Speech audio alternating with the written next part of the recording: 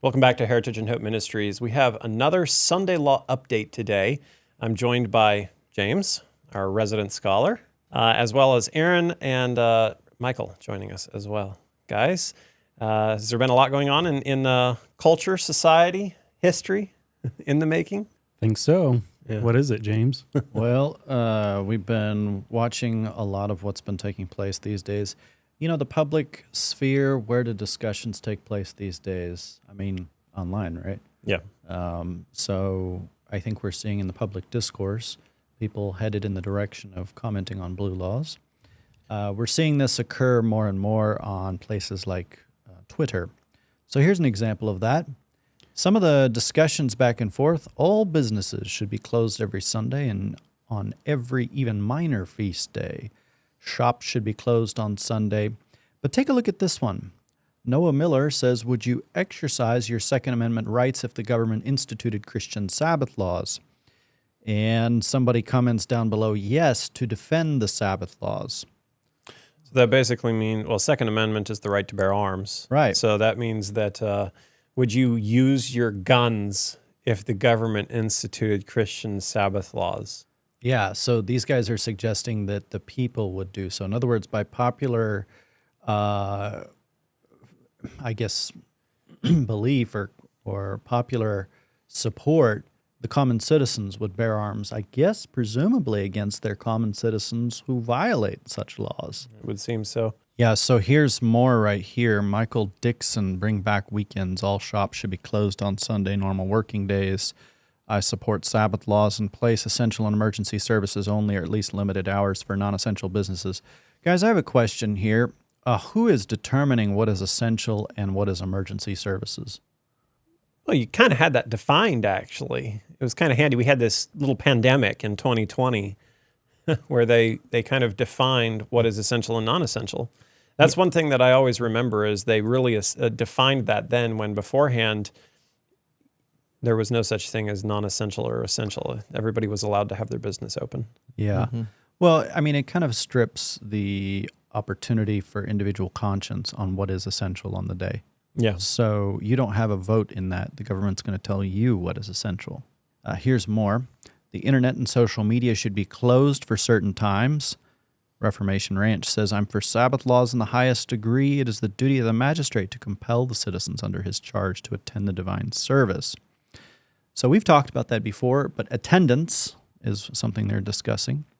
Fully supporting blue laws. If everyone kept the Sabbath day holy, it would reduce inflation in the USA, making your dollar worth more the following week. I don't know about that, but don't know, but I think all stores should be closed on Sunday as our national religious day. So a national Sunday law is what they're talking about here. Is this sacralism? And this is Dr. Stephen Wolf commenting here. He's a big-time proponent of blue laws, and somebody says, yes, and it's wonderful. So definitely promoting it. Somebody else responded, I don't care what it is called, it is good, and I want it. The American Fascist Party says, what are the people trying to lecture Christians on how to behave doing tweeting during church hours? Did they not go? Would modern blue laws turn off social media during Sunday morning? And this person responds, not a bad idea.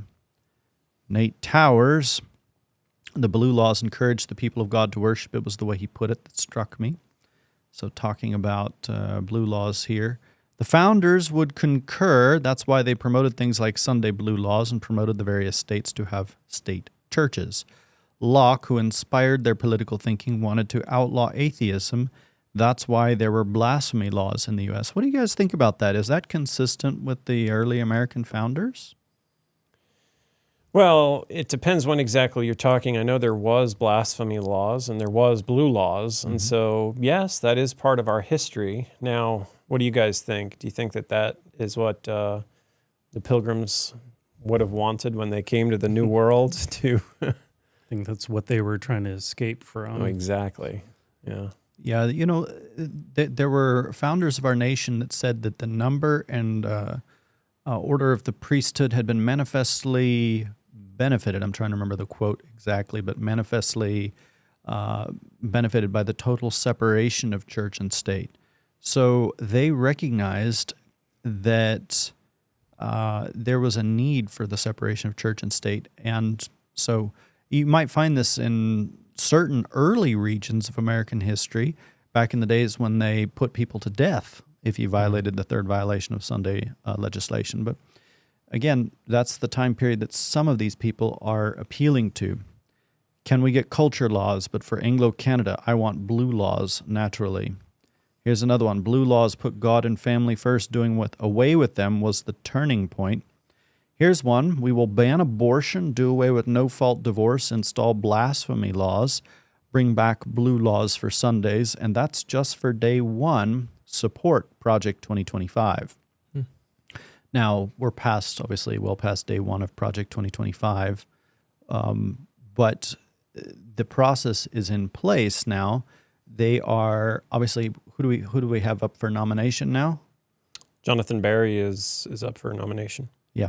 So the author of Chapter 18 of Project 2025, pushing for blue laws. Aaron, what do we see here? What kind of impact has removing blue laws had? Ready, go. Looks like he says, I asked Grok. Here was one of the points it gave in response. Historically, blue laws were supported by labor unions, per the Wikipedia entry, to protect workers from exploitation and preserve worship time, a perspective that contrasts with modern views on their removal.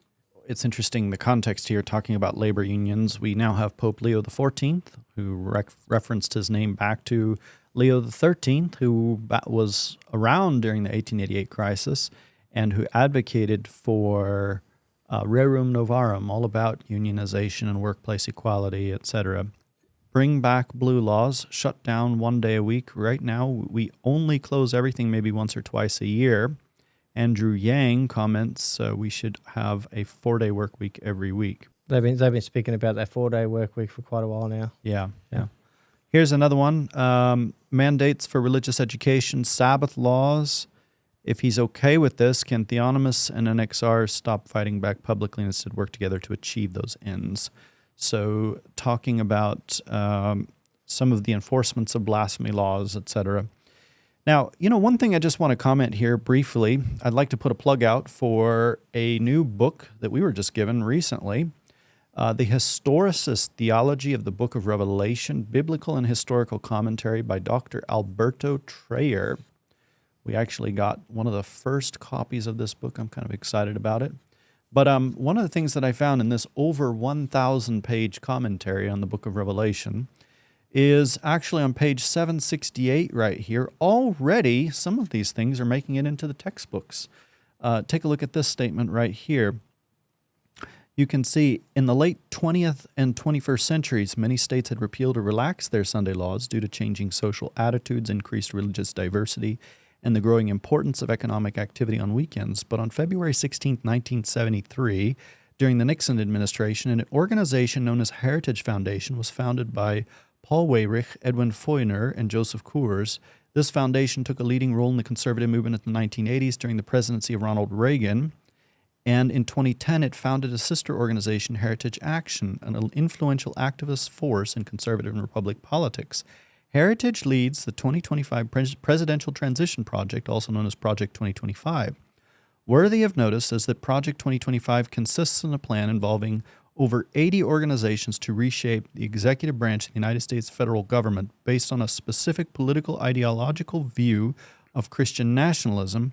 And he goes on to comment from that section of Project 2025, specifically on Sabbath rest, how God ordained it, and comments on some of their, specifically on Jonathan Barry's statement there to advocate for an amendment of the Fair Labor Standards Act to bring about Sunday observance. It's already making it into our textbooks. I mean, that's kind of interesting, the times in which we live. It's an excellent, there's an excellent commentary here on a lot of some of our positions we've held for a very long time. I highly recommend this book and encourage you to take a look at it. Okay, so past couple of months, we've seen some commentary from Fox News. Let's take a look here and see what's being discussed. Most units of time are based on nature. A day is one rotation of the Earth. A month is the moon's orbit. A year is the Earth's path around the sun. But a week? There's no natural explanation for it. That's why ancient cultures define the week in vastly different ways. 4 days in West Africa, 10 in Egypt, 15 in China. In the 1930s, the Soviets tried to eliminate the 7-day week entirely, first replacing it with a 4-day week, and when that didn't work, with a 5-day week. The purpose? To, quote, facilitate the struggle to eliminate religion. They were at least right about the source. The 7-day week comes straight from the Bible. In Exodus, God commands, 6 days you shall work, and on the 7th you shall rest. That short verse carries deep insight. First, it applies to everyone.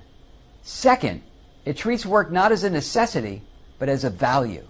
The Torah doesn't say work must be done, but that you shall work. The work itself matters, regardless of the output.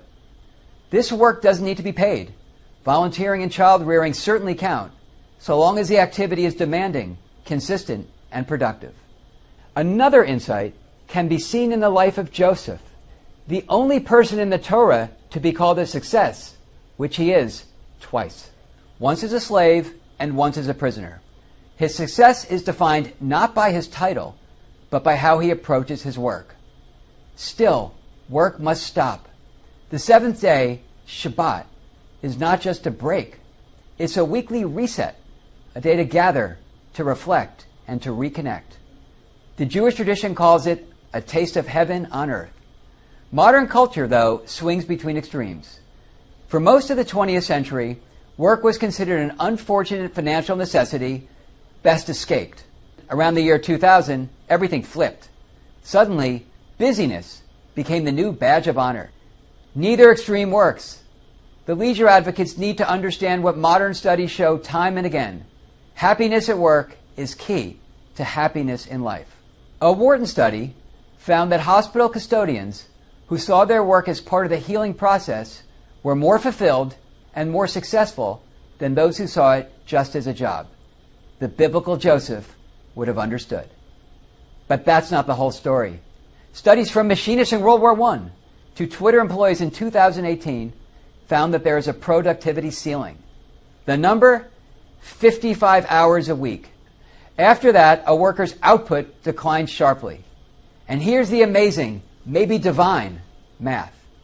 A Sabbath observer can work 10 hours a day for 5 days a week. He can really only work half a day on the 6th, as he needs to prepare for Shabbat. What does that leave him with? A 55-hour work week. So God was right. The good life isn't all leisure or all work. It's 6 days of meaningful work, followed by a 7th day of sacred rest. For more on these topics, go to foxnews.com. It's interesting, in the article at Fox News, they said that this report in part said that the evidence is conclusive that Sunday labor, by depriving the worker of his weekly rest, offers him no sufficient opportunity for recovering from fatigue. So they talked about reductions in Sunday work have not involved any appreciable loss of output from the worker. So they're definitely, although he's approaching it from a Jewish perspective here, the Fox News article is actually commenting on Sunday. Yeah, I've noticed that over the last few years, and I've mentioned it before, that they have been for a while changing people's ideas of the Sabbath by calling Sunday the Sabbath, and it's been just a slow progress over the years. Everybody just takes Sunday as Sabbath now. It's very common. Yeah. This is Dr. Stephen Wolfe and Joel Webbin. They've been having a lot of discussions recently, and let's take a look and see what they're saying these days. So that's the civil law. It can also include, I think, blasphemy laws, Sunday Sabbath laws. And there's even economic benefits with that as well. The Sabbath and the aspect of ceasing from work, and not only the aspect of the opportunity to devote yourself to a day of worship, and but just the rest portion of the Sabbath. A family business cannot operate 24 hours a day, 7 days a week, in the way that some large corporation can. And so the Sabbath, its chief function would be providing opportunity to worship, providing the nation's citizens with a day of rest and recalibration, and but then also even economic, at least potentially, in theory, there could be the potential of economic equalizing effects, for small businesses and opportunity. I think, when people ask me what laws would you want, I think having blue laws, the Sunday Sabbath laws, really is the first thing that happened. Like, it's not blasphemy laws, it's not laws against heretics, because that really defines for a community what it is, that we are a Christian people because we set aside that day of worship. And it's a very public thing. Like, you drive around and all the ordinary commerce is closed down. I mean, there's emergency and this and that are permitted, but it really sets the ethos of the community, which is we're a Christian people. I think you can have effective Christian laws and customs among people that are not actually regenerate. So they can assent to it, they can operate in it. They just don't exercise true internal faith. Right. And this is why I think you can establish Sabbath laws apart from a sort of revival. You just need people to assent to it because, we're Christian, but they actually are not. And even the Sabbath laws, we're not arguing for mandated church attendance, but forbidden commerce. So I wanted to ask you guys, what did you guys think about his suggestion of having people say that they are Christians but are not really regenerate? What is he advocating for right there? In a word, hypocrisy. Deception. Yeah. Lying. Right. And deeper than that, when you talk about the mark of the beast crisis, there's two places you can get the mark. Where were those two places? Yeah, in the forehead. Yeah. And in the hand. So there will be people who assent to it intellectually in the forehead, but then there's going to be people who get it in the hand who are not regenerate, as he says, but just go along with it in their actions, and they get it in their hand. So it's very interesting hearing that explained from their perspective. One of the other things he said is like, well, we're not expecting to enforce worship. We're just going to have... Yet. That's the operative word there. So different churches are having discussions. Here's another one. Familiar with this? Sunday blue laws? Yes. Yeah. Do you know what it commonly refers to? Everything's closed on Sunday is one of the ways to look at it, but it really refers to and I had to research this, the prohibition of alcohol sales on Sunday. I say that because they don't sell alcohol in Indiana on Sunday, and we had a bunch of neighbors. The best way to describe them is they never graduated from high school. I mean, physically they did, but they had that party mentality. They lived for the weekends. And they couldn't get alcohol, so they would drive across the state line to Ohio to get the alcohol to bring it back. Remember that? Anyways, but it has historically been defined as a body of regulations designed to preserve the Sabbath by forbidding most labor on that day.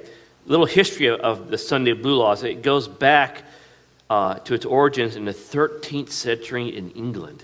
I did not know that. In America, the colonial settlements enacted similar laws, but with obviously explicitly religious intent. So you wouldn't do what they call unseemly activities on the Sabbath. Early New England blue laws were extensive and bans on everything from wearing lacy shirt sleeves to using birth control to hunting. You couldn't do that on the Sunday. Now, one of the individuals we've had recently here on the channel is Lennox Califungua from New St. Andrews, and he's been having episodes on his podcast, Flames and Crowns, and this was one of the guests commenting here recently. Let's take a look. The situation. Yeah. It's like in living memory. There are people alive today who remember what it was like to live in a country that observed the Sabbath. And some love it. And it's still, I'll say, and these roots, are also, you don't even have to go digging for them. So that's Dr. Jared Longshore from New St. Andrews. And this is some of the clips that we've been playing here over the past few months, I would say. Some of the commentary he's been having with people like Stephen Wolfe and others. Sabbath laws. And make it clear to everyone which Sabbath we're in favor of. That's the religion we want to be perpetuated. We might structure our civil affairs such that on the one day in 7, which God has deemed holy, We rest from our work and worship Him. This civil and public acknowledgement should certainly be formalized in our governing documents. How could we do any other if our rights come from Him? Now, one thing I'm just going to say here briefly is the big individual at New St. Andrews is Douglas Wilson. Douglas Wilson's been the one who's been advocating for blue laws as well. These were some of his statements here. And let us not forget Sabbath legislation. When I was stationed in Virginia in the 70s, I remember them finally removing their Sabbath legislation, blue laws, then. Now, I happen to believe that hard establishment is not a good system, even at the state level. I'm in favor of formal hard disestablishment at every level. My advocacy for Christian nationalism is in favor of soft establishment, with the government recognizing that Jesus rose from the dead and that the Christian faith is true and that a Christian consensus is the foundation of our legal and political system. My discussion of hard establishment here is not so that you will conclude that I think it is a good idea. I simply want everyone to acknowledge that it was not an unconstitutional idea. And if hard establishment was acceptable at the founding, as was soft establishment, how much more is soft establishment acceptable now? American as apple pie. In fact, looking at the timelines, it is probably more American than apple pie. Now, is Douglas Wilson, is he making a lot of commentary with politicians? I mean, I know he's making a lot of notes out there at the college, but is he in government talking to people?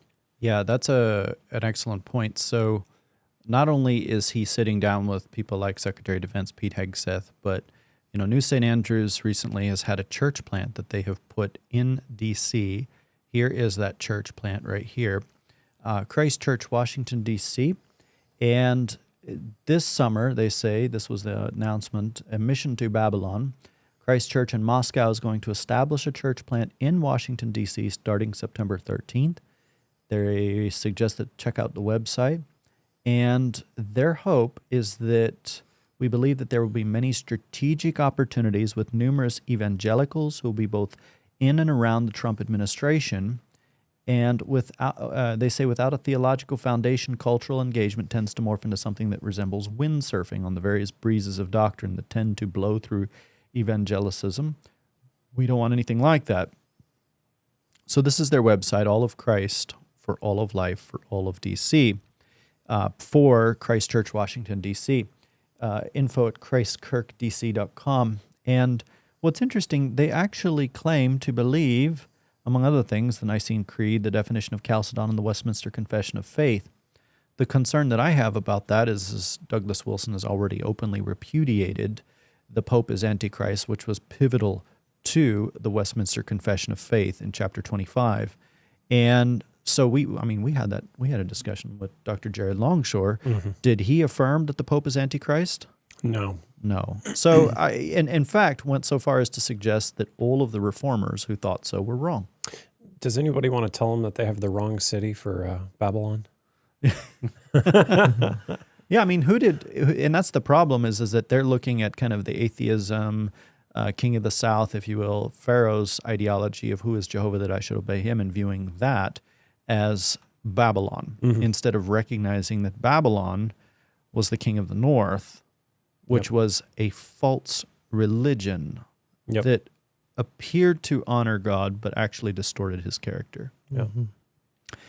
And, we've got a lot of updates coming up, too, this fall. Back to Church Sunday, September 21st, 2025. Join thousands of churches across the country for Back to Church Sunday, the largest single-day outreach event designed to help the local churches reach the unchurched. Here's a new fight against Sunday opening in Geneva. And July 14th, 2025, World Radio Switzerland reported a battle over Sunday openings is intensifying with trade unions and political parties joining forces to oppose the new measures. So we see this advancing in terms of Sunday legislation. I'll say this briefly. New St. Andrews in particular has some movements that are being made in this direction. Here's Douglas Wilson, by the way, sitting down with Stephen Wolfe, who we've talked about before. There has to be decisive leadership at the top. Would that be fair? Like the kings of Israel, who had massive support of the people, but they still couldn't remove the high places. You're never going to escape politics. I think that's one of my points, and probably a point if we talk about the on-mill, post-mill distinction or difference. I just don't think you're ever going to escape the nature of politics, which is agonistic. There's a struggle. There's a point in which you debate, and then if you win, and you essentially impose your will upon those who disagree. I think if there's a revival in the United States, it's going to include a lot of Baptists as well. And many Baptists do not like things like even like Sabbath laws. And so in that sense, I don't think even like a revival itself can be sufficient.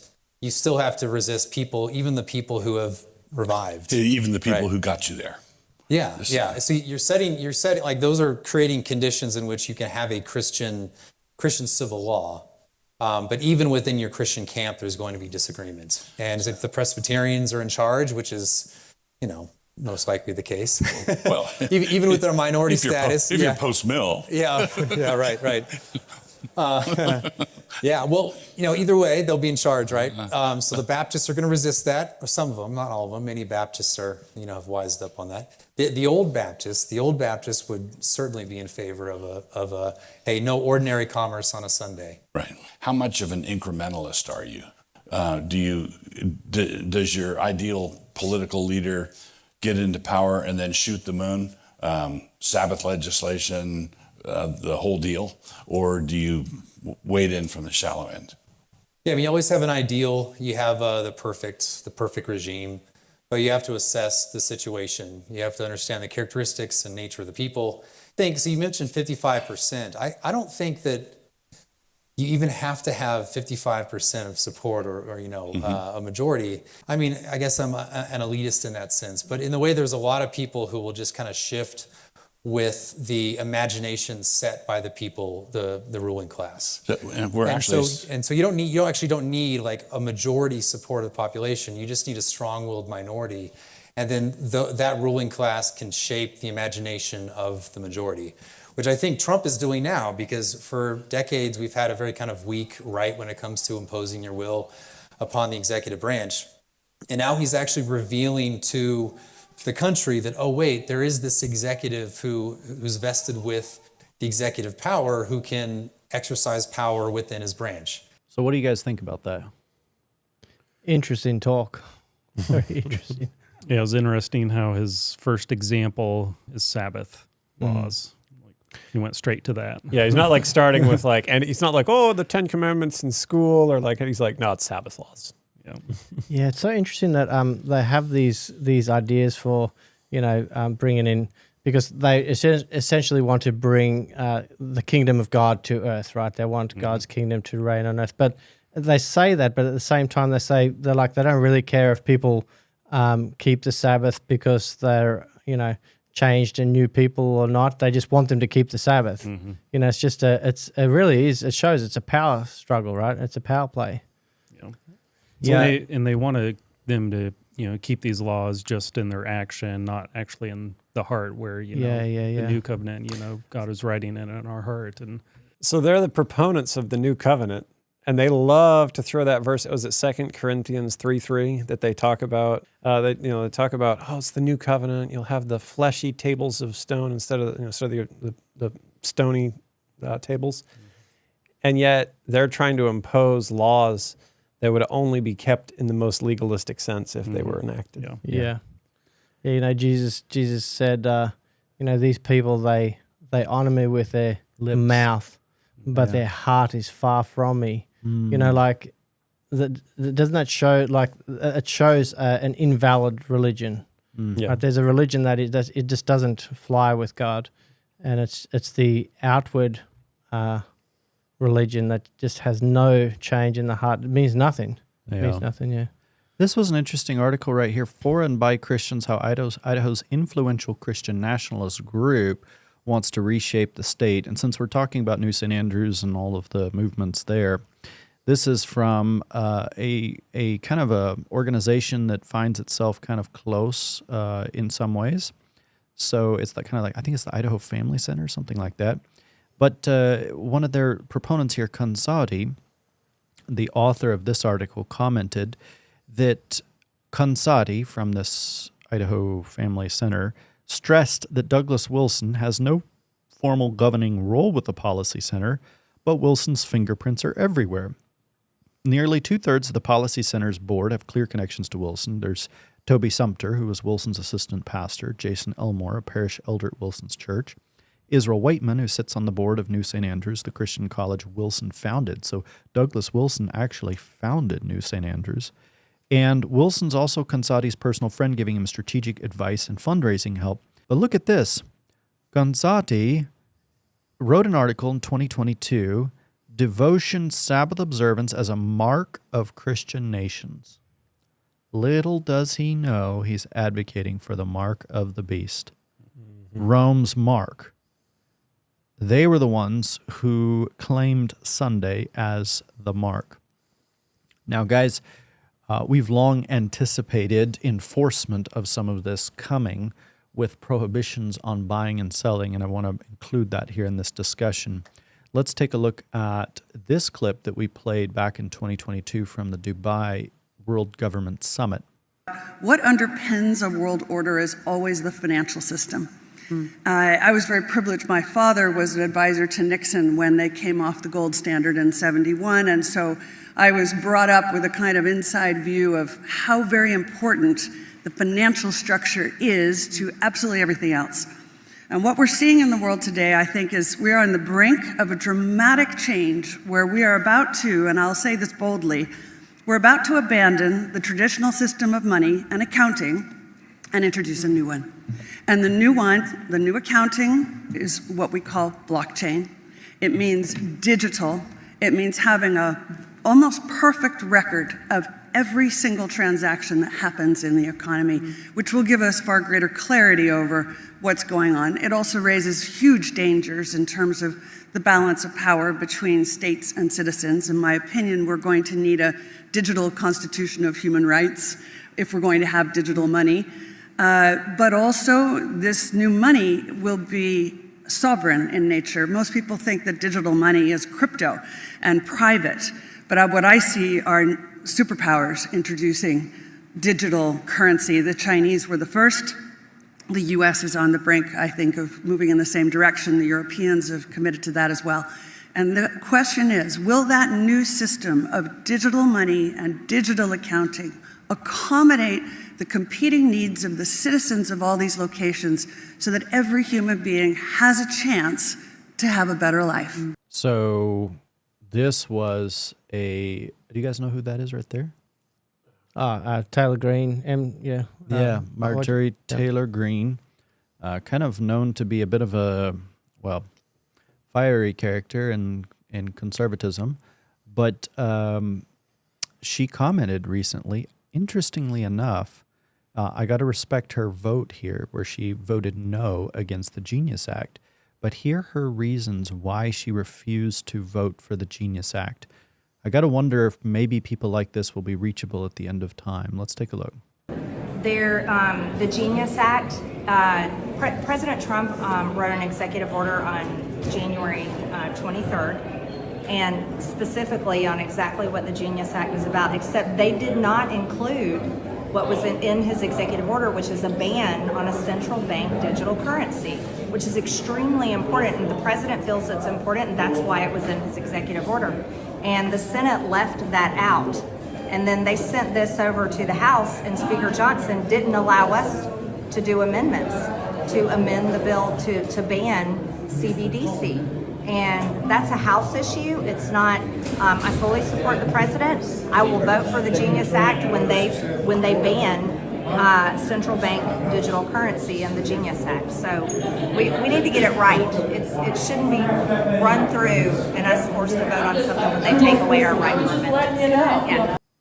You know, this is interesting. We actually had Eva Tompkins come on here. She's with CBDC Watch, and she's a lawyer out of New York. And she discusses the differences between CBDC and what exactly we're facing. And so it was very interesting dialogue we had with her, discussing cryptocurrency, central bank digital currency, tokenization of all assets, stable coins, whatever. Yeah. I think that tokenization of assets was, to me, one of the most concerning aspects of this, because we've anticipated there would come a time where your goods would be confiscated, basically stolen from you. Yeah. And they're opening the framework to doing just that. Yeah. This was some of the tweets from Marjorie Taylor Greene. Michael, what are you seeing there? She writes here, this week Congress passed crypto legislation. The American people hardly have any idea what it is, what it means, and what passed. First point she makes, Genius Act. I voted no. It passed the Senate and the House will be signed into law today. This bill regulates stablecoins and provides for the backdoor centralized bank digital currency. The Federal Reserve has been planning a CBDC for years, and this will open the door to move you to a cashless society and into digital currency that can be weaponized against you by an authoritarian government controlling your ability to buy and sell. Do you actually trust your government to never do that to you? I don't. Interesting she says that too. Mm-hmm. Interesting words there, buy and sell, right? I mean, we read this in the Bible all the time, but CBDC Surveillance State Act. I voted yes. This bill passed the House, but we were told all week that it will not pass the Senate because the Senate does not have any path at all to get 60 votes to ban a CBDC. This bill prohibits Federal Reserve banks from using a central bank digital currency. It is a good bill and protects your money, but will die in the Senate. However, this should be the people's highest demand. And thirdly, her point there is Clarity Act. I voted yes for self-custody protections. This bill passed the House and will likely get some changes in the Senate, then have come back to the House for another vote before it can be signed by the President and become law. This bill establishes a detailed regulatory framework for digital assets and allocates authority between the Commodity Futures Trading Commission and the Securities and Exchange Commissions. The most important thing that needs to remain is protecting people's self-custody of their digital currency. This is yet to be seen and should be demanded. I will vote no when it comes back if self-custody protections are taken out. Aaron? In 1971, we were taken off the gold standard to cash, which was a ridiculous decision and has weakened our dollar tremendously. Now we are on a path to move from cash you can hold in your hand, hide from the government, and save for yourself and your family to a digital currency system where your ability to buy and sell will ultimately be held in digital accounts that you cannot tangibly hold, yet are at the will of those who control the banks and the government. You know, anybody who even has the most rudimentary understanding of Bible prophecy can see this is the perfect storm to control buying and selling. Yeah, I mean, well, even if you don't know anything about the Bible, if you just look at history, you know, what happened in 2008, 2009, you know, when they had the big crash, there was all the banks went, or the big banks went, who were too big to go bankrupt. Mm-hmm. They went bankrupt, and what did the governments do? Well, they just paid them out, right? They just gave them the money that they needed. And so if the government has access to money that is not their own, who do you think the money's going to come from? It won't come from their banks. It's going to come from everybody else's bank. Well, it's collective society. You just might as well just all chip in a little bit and reduces tax because we don't, you know, it doesn't create inflation. And so we'll just take it out of your bank accounts. Makes me think, how could anyone think this would be a good idea to have CBDCs? Yeah. Like, even if you're not into Bible prophecy or anything. So, you know, there's got to be something that's going to drastically change that will push this. You know, I guess the devaluation of the dollar, the economy collapsing, something like that is going to come in play. Yeah. That is going to basically force everyone to go on board with this. Yeah, I mean, like, you know, if for anybody hearing this a few years ago, you'd be like, you're crazy. You know, like it's you're talking rubbish. It's a conspiracy theory. Yeah. But now we're hearing it in the media and in the politics. You know, and it's front stage at the moment. And so, like you said, it's a crazy idea, but it's right there. Yeah. And just like that previous lady that was talking at, what was that, in Dubai?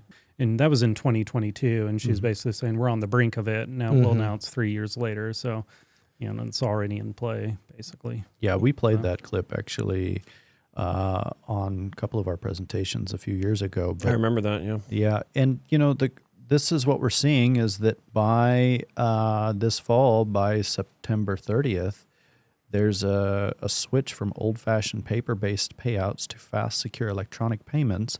So we're seeing, now we're not suggesting that this is the date when CBDC gets enacted, but what we're just noticing here is that there's a transition coming to more and more digital, more and more electronic.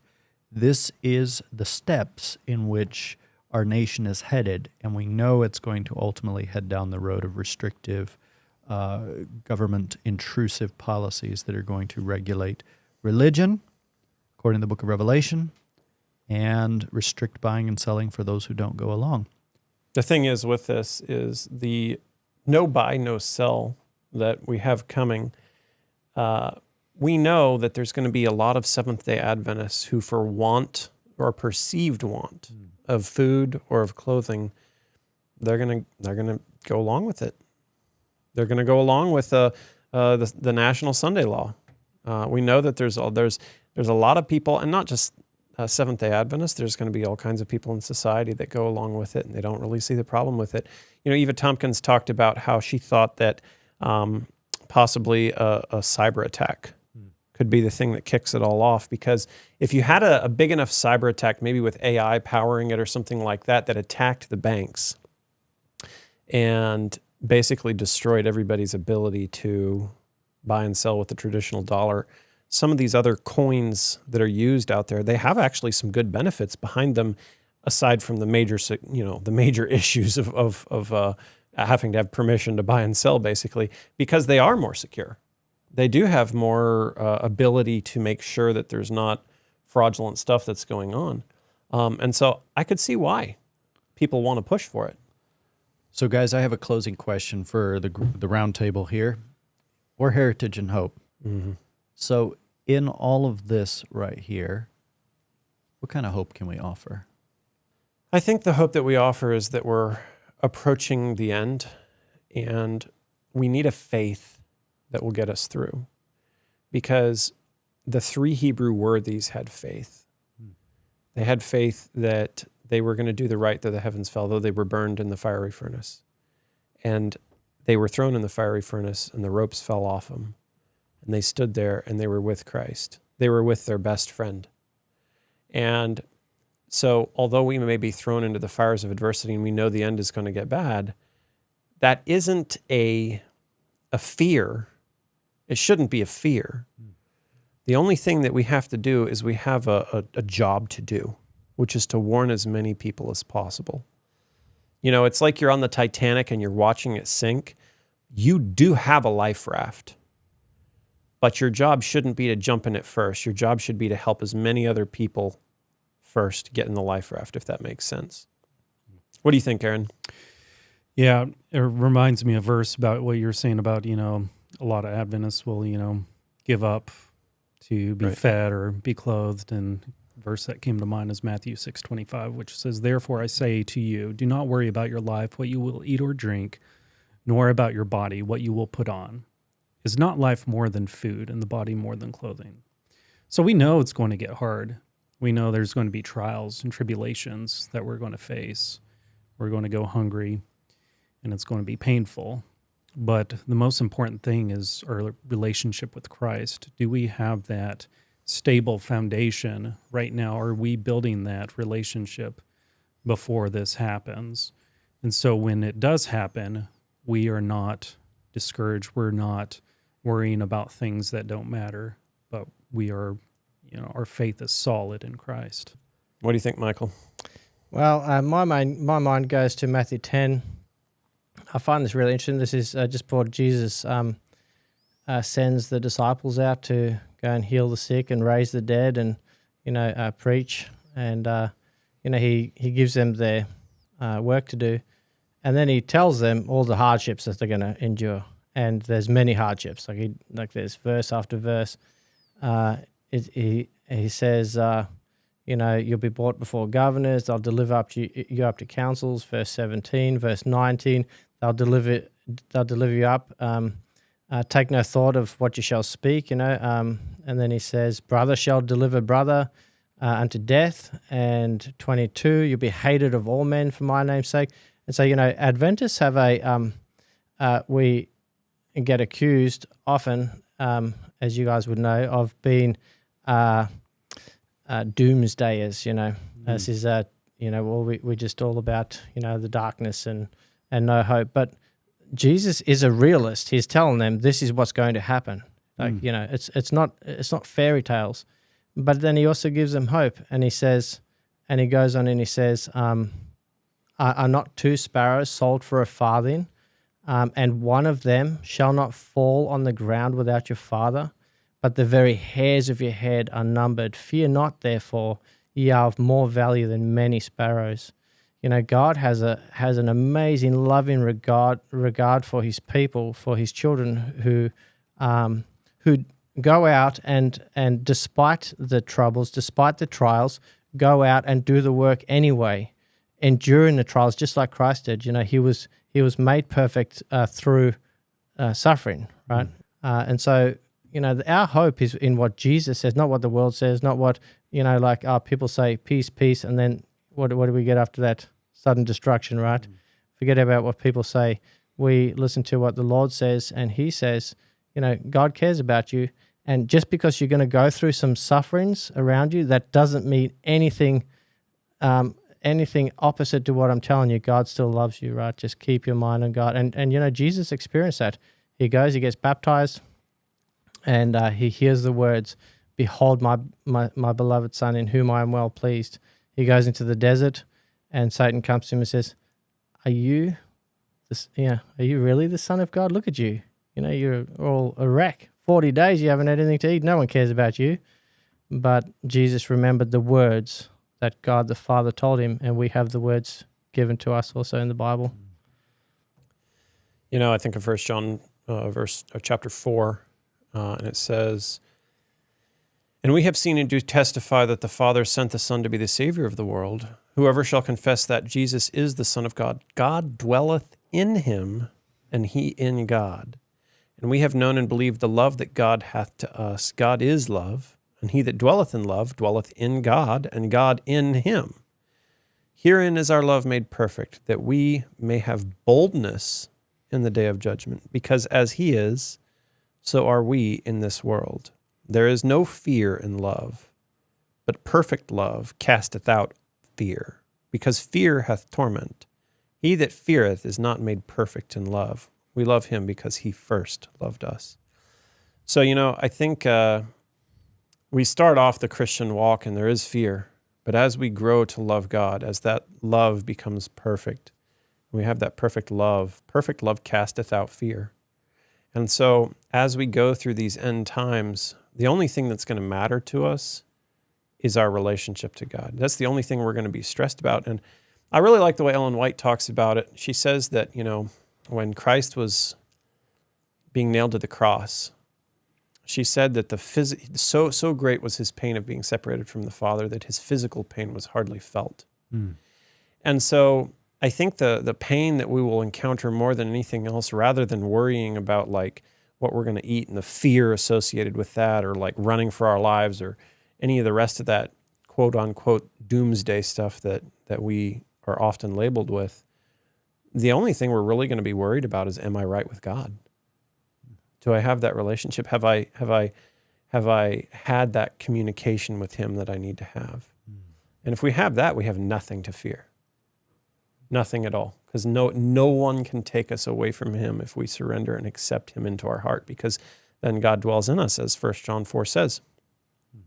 So. Yep. And, in those, just one last comment there, in those times, we would already have been tested. God will test all of his people before the time of trouble comes. Yeah.